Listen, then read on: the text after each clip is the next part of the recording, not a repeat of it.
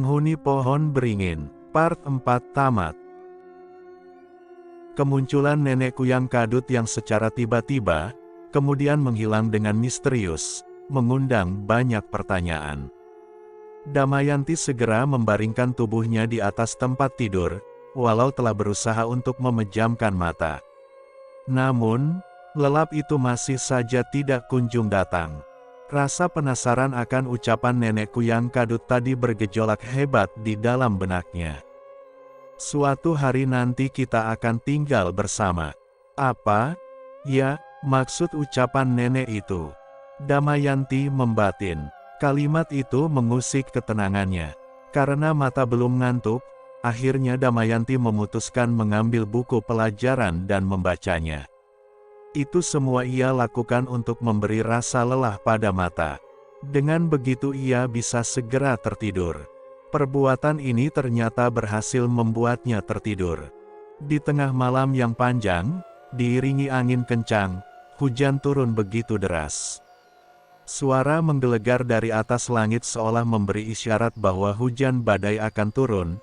Kilatan petir yang menyambar bersahutan, menambah kesan mengerikan. Sekitar jam 1.30 Leha terjaga dari tidur, dan menuju dapur. Ia mengambil beberapa ember kosong untuk menampung air hujan. Saat melintas di depan kamar Damayanti, Leha sempatkan melihat anak semata wayangnya, terlihat putri cantiknya itu sedang tertidur dengan memeluk buku. Leha kemudian menghampirinya, mengambil buku itu dan menyelimuti Damayanti dengan selimut. Ia membelai lembut kening putrinya. Setelah itu barulah menuju dapur, mengambil ember kosong untuk wadah penampungan air hujan. Tidak pernah terpikirkan bahwasanya malam ini adalah hari terakhirnya bersama Damayanti. Kejadian itu terjadi begitu cepat, saat sedang sibuk menampung air, Leha seolah melihat seseorang sedang berjalan di tengah derasnya hujan turun, di tengah kegelapan malam. Aneh. Tengah malam begini masih ada orang yang menyempatkan diri untuk mandi air hujan. Gerutuk Leha, ia berpikir itu adalah orang yang sedang mandi hujan. Hujan yang deras malam itu, membuat Leha tidak bisa melihat dengan jelas siapa sosok yang sedang mandi hujan ini. Ia kemudian mengabaikannya dan melanjutkan aktivitas mengambil air hujan. Istri Manap ini tidak pernah menduga bahwa orang tersebut adalah Damayanti putrinya sendiri. Setelah dirasa telah cukup, Leha kemudian berniat ingin mengeringkan tubuhnya yang basah karena percikan air hujan, dengan handuk. Kegiatannya mengangkut air hujan memberi rasa lelah, akhirnya Leha memutuskan untuk beristirahat sejenak di ruang tengah, sebelum melanjutkan kembali tidurnya. Namun saat sedang beristirahat, tiba-tiba indera pendengarannya seolah mendengar suara pintu yang terbuka tutup karena tertiup oleh angin. Loh, kok pintu rumah tidak terkunci? Gerutuk Leha. Ia menghela napas panjang, kemudian menutupnya kembali. Tidak pernah terpikirkan sesuatu yang buruk, ia berpikir itu adalah kelalaian semata. Tanpa kecurigaan apapun, kemudian Leha segera menuju kamarnya dan duduk di atas kursi di dalam kamar. Namun ada yang aneh, perasaan seketika berubah menjadi was-was. Ya Tuhan, kenapa perasaanku tidak enak begini? Batinnya, Ibu kenapa belum tidur? Ujar Manap yang terjaga karena merasa ada sesuatu di sekitarnya. Benar saja ternyata Leha sedang duduk di kursi di dalam kamar dengan perasaan gelisah. Entahlah, Pak, Ibu kok merasa cemas begini? Ya, jawab Leha.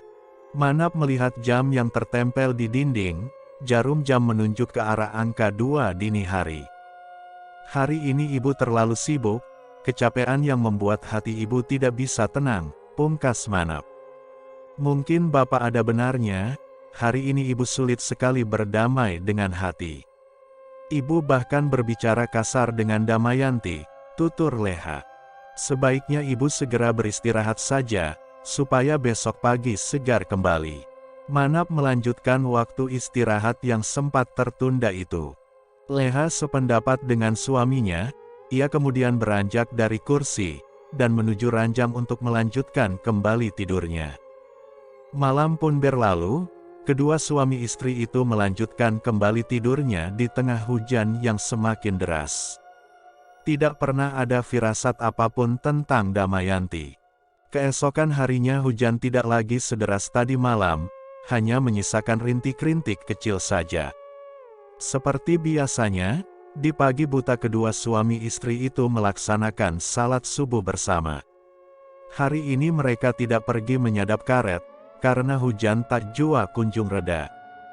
Lagi pula, hari ini adalah hari Jumat, biasanya semua masyarakat desa Karanganyar memilih tidak melakukan kegiatan apapun juga di hari ini.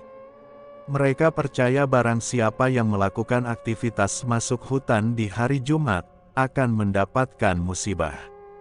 Tentunya itu adalah mitos, yang bertujuan agar kaum Adam, khususnya lelaki muslim tidak meninggalkan salat Jumat.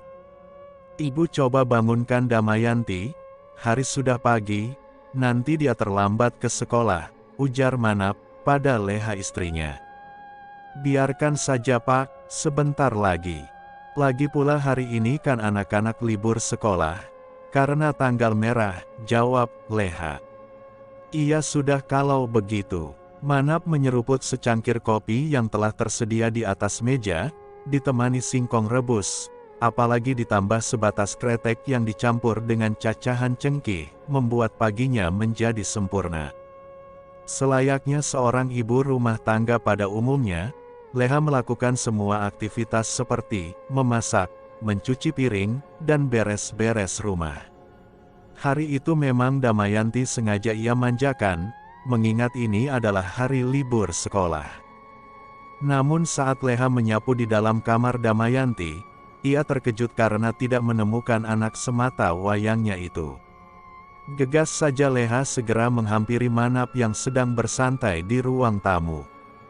Bapak melihat Damayanti, tanya Leha. Loh, bukannya Damayanti masih tidur Bu? Jawab Manap. Iya Pak, tapi Damayanti tidak ada di kamarnya.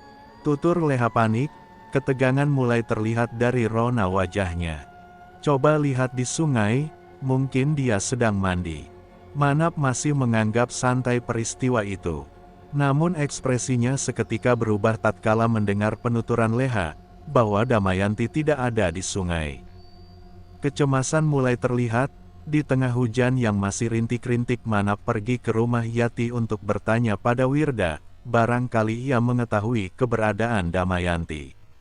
Warga mulai berdatangan tatkala mendengar Leha menangis histeris, sambil berkata bahwa anak semata wayangnya itu hilang. Ibrahim yang datang menemukan sebuah telapak kaki di sekitaran rumah Manap, jejak itu masih membekas di tanah yang lembek akibat tersiram air hujan. Ia menelusurinya untuk mengetahui sampai di mana peraduan telapak kaki ini. Ibrahim bergeming tatkala mengetahui bahwa jejak tersebut menuju ke arah pohon beringin. Tidak, Leha berteriak histeris saat mendengar penjelasan Ibrahim. Ia kesal pada dirinya yang mengabaikan sosok yang tadi malam sedang berjalan di tengah hujan yang deras. Pagi itu warga beramai-ramai mencari keberadaan Damayanti. Tepat di hari Jumat tahun 1990, Desa Karanganyar dirundung duka nestapa.